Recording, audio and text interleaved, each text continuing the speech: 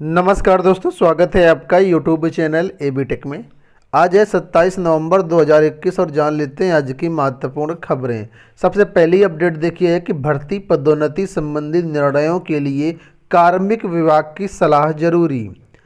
लखनऊ से अपडेट है, अब नौकरियों के पद सृजन, भर्ती व पदोन्नति संबंधी आधार विभिन्न विभागों में अलग अलग होने की विसंगति दूर की जाएगी। वित्त विभाग ने इस संबंध में एकरूपता के लिए कार्मिक विभाग की राय के लिए जाने के बाद ही किसी प्रस्ताव पर विचार करने का फैसला लिया है। वर्तमान में विभिन्न विभागों के नियमावली पर वित्त वेतन आयोग अनुभाग 2 से परामर्श किया जा रहा है।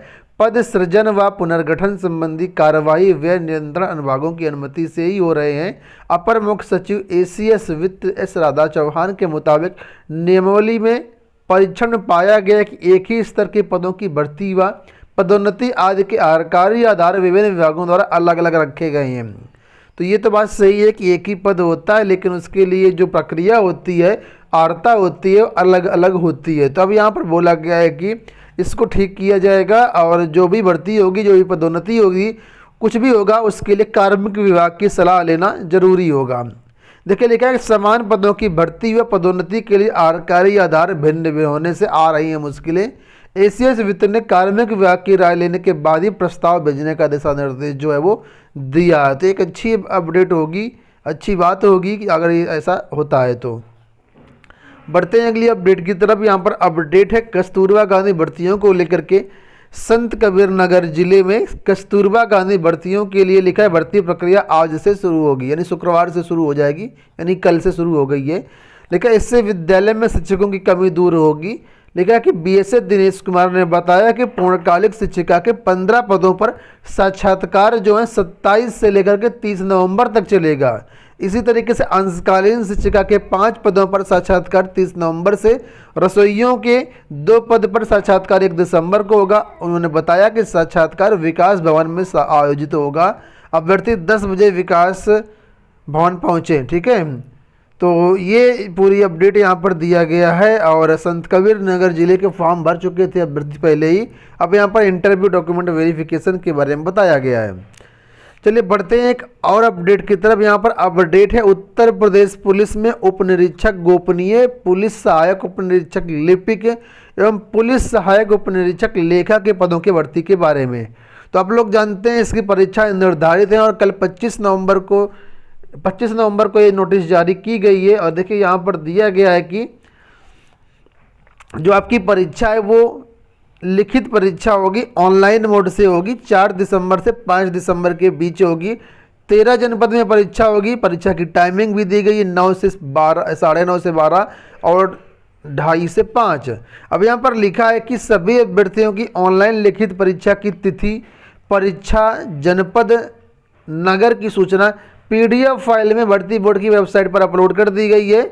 और अभ्यर्थी अपनी पंजीकरण के संख्या के माध्यम से अपना चेक कर सकते हैं कि आपका किस दिन किस शहर में एग्जाम है। ठीक है, तो चेकआउट कर लीजिएगा। बाकी यहाँ पर बोला गया कि जो आपके एडमिट कार्ड होंगे वो परीक्षा के 3 दिन पहले जारी किए जाएंगे। यानी अभी से आप ये चेक कर सकते हैं किस दिन आपका एग्जाम है, कहाँ पर एग्जाम है, लेकिन एडमिट कार्ड जो होगा वो आपका 3 दिन पहले मिलेगा। और साथ में दिया गया है कि यहाँ पर जो आपके अभ्यास टेस्ट के लिए प्रैक्टिस टेस्ट लिंक भी भर्ती बोर्ड की साइट पर उपलब्ध करवा दिया गया है, तो वहाँ से आप लोग चेकआउट कर सकते हैं। कोई समस्या होगी तो ये यहाँ पर कॉन्टैक्ट नंबर दिया गया है, यहाँ पर भी कॉल कर सकते हैं।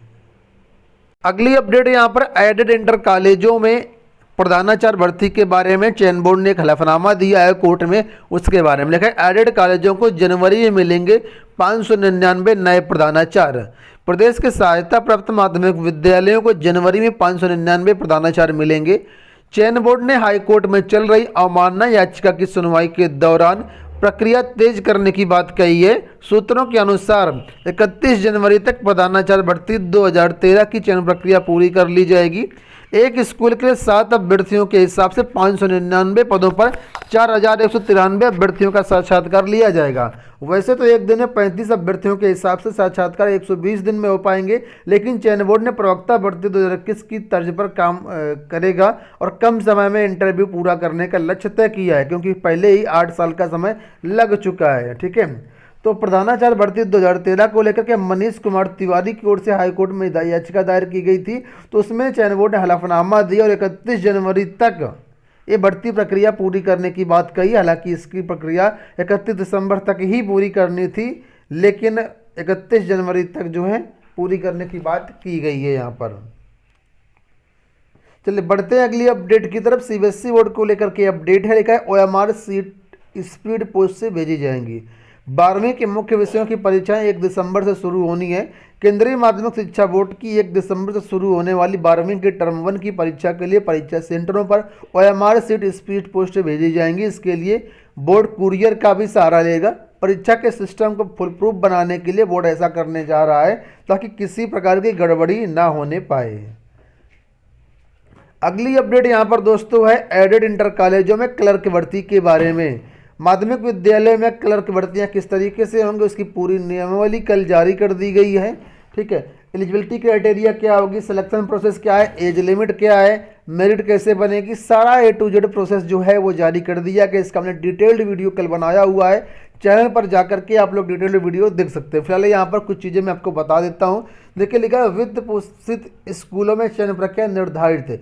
पीटी में न्यूनतम 50% स्कोर पाने वाले पात्र होंगे और जो अभ्यर्थी इतना लाएंगे पीटी में यानी पेड परीक्षा में, उसके बाद उनको टाइपिंग परीक्षा में बुलाया जाएगा। एक पद के सापेक्ष 10 गुना अभ्यर्थियों को बुलाया जाएगा।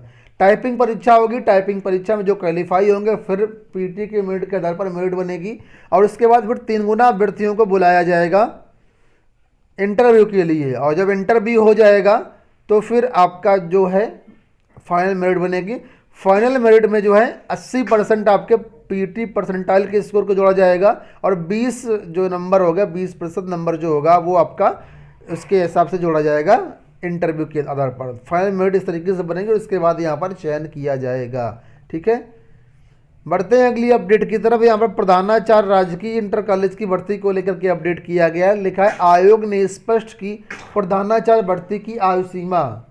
उत्तर प्रदेश लोक सेवा आयोग सम्मिलित राज्य प्रवर अधीनस्थ सेवा परीक्षा 2021 तथा सहायक वन संरक्षक क्षेत्रीय वन अधिकारी परीक्षा 2021 आयोजित करा रहा है। विज्ञापन में प्रधानाचार्य पद के आवेदकों के लिए आयु सीमा का स्पष्ट प्रावधान नहीं किया गया था, इसलिए लोक सेवा आयोग ने अलग से नोटिस जारी करके राजकीय इंटर कॉलेज यानी GIC प्रधानाचार्य भर्ती की आयु सीमा के बारे में स्पष्ट किया है। यहाँ पर बताया गया है कि न्यूनतम 30 वर्ष आयु होनी चाहिए और अधिकतम 40 वर्ष आयु होनी चाहिए। जिसकी आयु इसके बीच है वही प्रधानाचार्य पद के लिए पात्र होगा। एक बड़ी अपडेट है टीजीटी पीजीटी 2021 भर्ती के चयनित अभ्यर्थियों को लेकर के। आप लोग जानते हैं टीजीटी पीजीटी के चयनित अभ्यर्थियों का इस समय जो कार्यभार ग्रहण करने का प्रोग्राम चल रहा है। अलग अलग जिलों में अलग अलग अभ्यर्थियों द्वारा डेली कार्यभार ग्रहण किया जा रहा है, लेकिन बहुत से ऐसे प्रबंधक हैं जो कार्यभार ग्रहण नहीं करा रहे, मनमानी कर रहे हैं, पैसा ऐंठ रहेंगे। ठीक है, उसी के बारे में देखिए यहाँ पर दिया गया कि 2 माध्यमिक विद्यालयों की प्रबंध समिति भंग, बोर्ड से चयनित शिक्षकों को कार्यभार ग्रहण न कराने का मामला। ये कहाँ की अपडेट है तो देखिए यहाँ पर लिखा हुआ है अयोध्या की ये अपडेट है। लिखा है कि उत्तर प्रदेश माध्यमिक शिक्षा सेवा चयन बोर्ड से चयनित होकर के आने वाले अभ्यर्थियों को सहायक अध्यापक व प्रवक्ता पदों पर कार्यभार ग्रहण नहीं कराने वाले विद्यालयों के विरुद्ध जिला विद्यालय निरीक्षक ने कार्रवाई शुरू कर दी है। विगत दिनों जिला विद्यालय निरीक्षक ने प्रबंध समितियों को कार्यभार ग्रहण कराने के निर्देश दिए थे। कार्यभार ग्रहण न कराने वाले सहायता प्राप्त माध्यमिक विद्यालयों की प्रबंध समिति जो है उसको भंग करने की चेतावनी दी गई थी, लेकिन जो है वो माने नहीं। तो इस पर डियास ने जो है अपना प्रबंध समिति भंग करके वहाँ पर जो नियंत्रक है उसको वहाँ पर स्थापित कर दिया है। कहाँ का अपडेट है तो ये देखिए लिखा है यहाँ पर कि नंदग्राम उच्च माध्यमिक विद्यालय बीकापुर और किसान इंटर कॉलेज कल्याणपुर की प्रबंध समितियों को भंग करते हुए यहाँ पर प्राधिकृत नियंत्रक नियुक्त कर दिया गया है।